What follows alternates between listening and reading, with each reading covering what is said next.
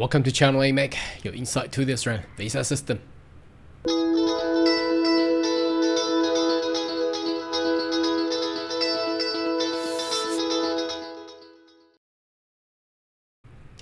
Good day everyone, my name is Carl Young, your online YouTube visa consultant. Are you interested about migrating to Australia? Why don't you consider to subscribe to my channel and turn on the bell on the side so once we have all the updates and news, be the first one getting all the insight.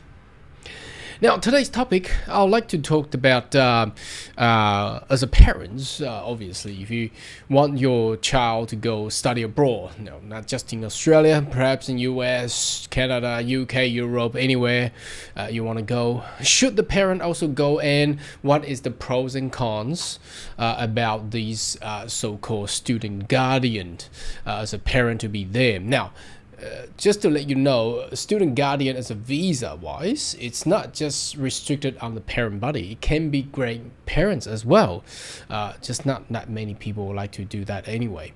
So let's get straight to the point. Obviously, if your child is under the age of 18, which is considered who is considered to be the underage or the child, youth, whichever the description that you want to use, obviously is underage. So by law, the child has to be accompanied by a so-called guardian. Now, the guardian obviously can be the school. The school will provide accommodation or perhaps homestays. But some of the parents would choose to just to go as their original parent to be there with their child. Now, that is a very good choice. Now, let's talk about the pros. I think there's two major pros, as I have previously, been in Australia almost 30 years. I was previously an international student when I was really young as well. I was there without my parents. So I was staying with my relatives. So relative obviously can be your guardian as well. Now, talking about having your real parents, either it's going to be the father or mother. By Australian law, there can only be one parent buddy to be with you, unless you are working in a multinational corporations and under other structures or visas. Now, if there's a parent to be with the child, the only good thing for the parent buddy and the child is that you get to stick together. Now, that's first pro. That's the first advantage. You don't lose that childhood period when the kids they are continuing growing up. Certainly to have a parent to be beside them would be very beneficial, and I assume that most of the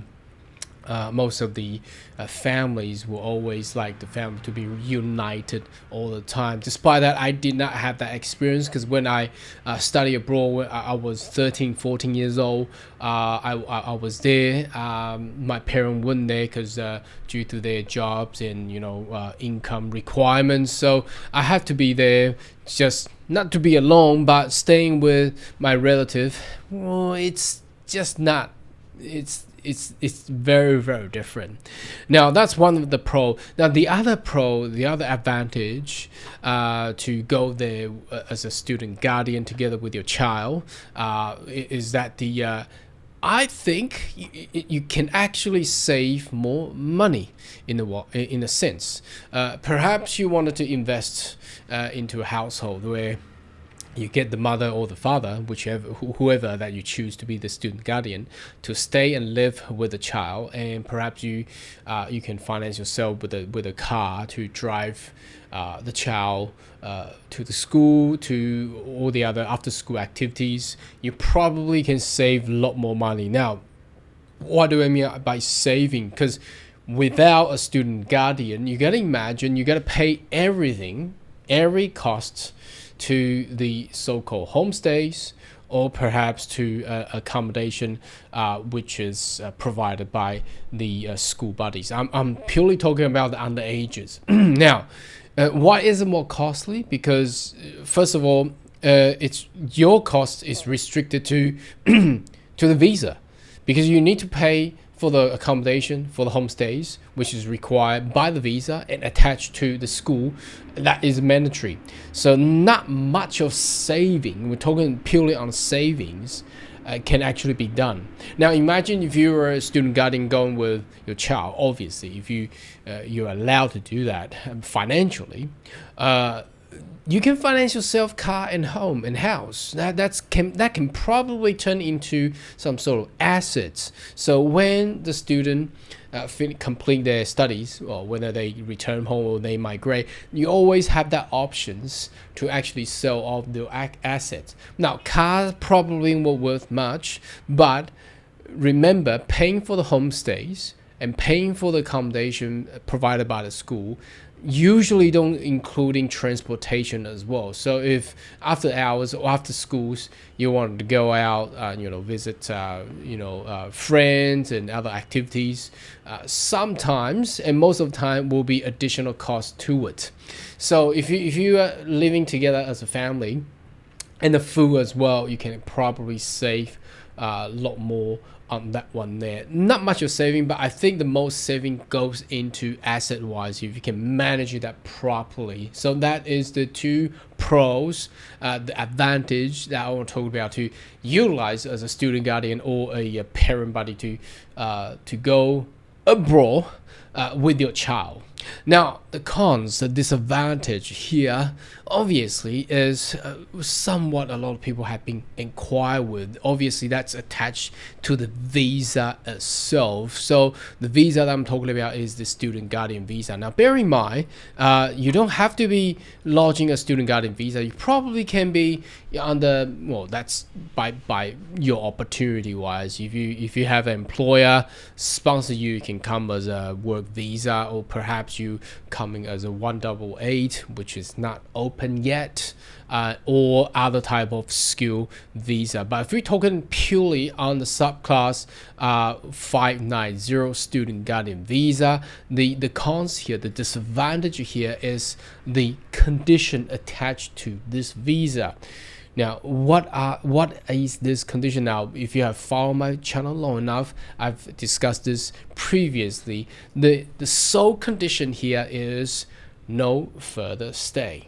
Now, what does that mean? No further stay means you're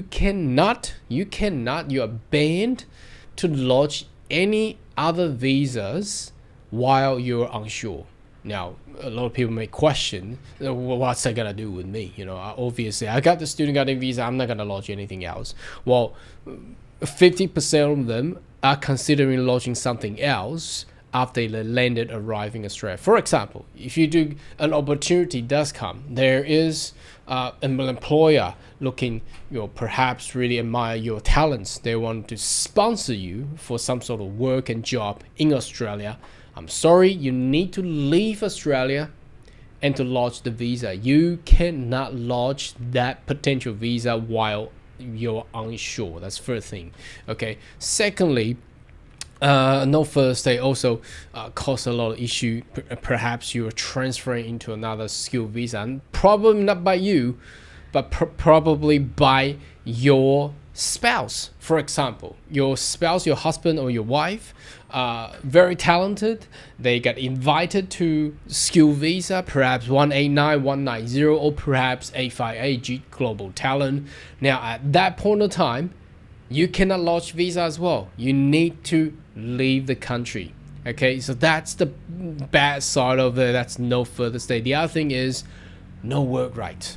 Okay, that's another disadvantage. Now, a lot of people say, well, why wouldn't they allow a student guardian to work? Now, there has been a lot of diplomatic issue previously due to the student guardian got too busy at work and they forgot about their underage child, or did not made it in time to pick up the child or send the child to the school. That caused a lot of problem. Now, especially you're not a national other than Australia, when the police involved in those kind of situation, it became a diplomatic issue. So that's the cons, that's the disadvantage. of being a student guardian visa? Well, considering as long as you understand what are the rights that you have, what are the rights you probably don't have, it will still be worthwhile to actually utilize the visa while staying and beside with your child while they're studying offshore, studying abroad. I noticed that a lot of other countries do not offer such visa as well. Anyway, should you have more question, query, more than welcome to leave comment right down below, and I see you next video. Goodbye.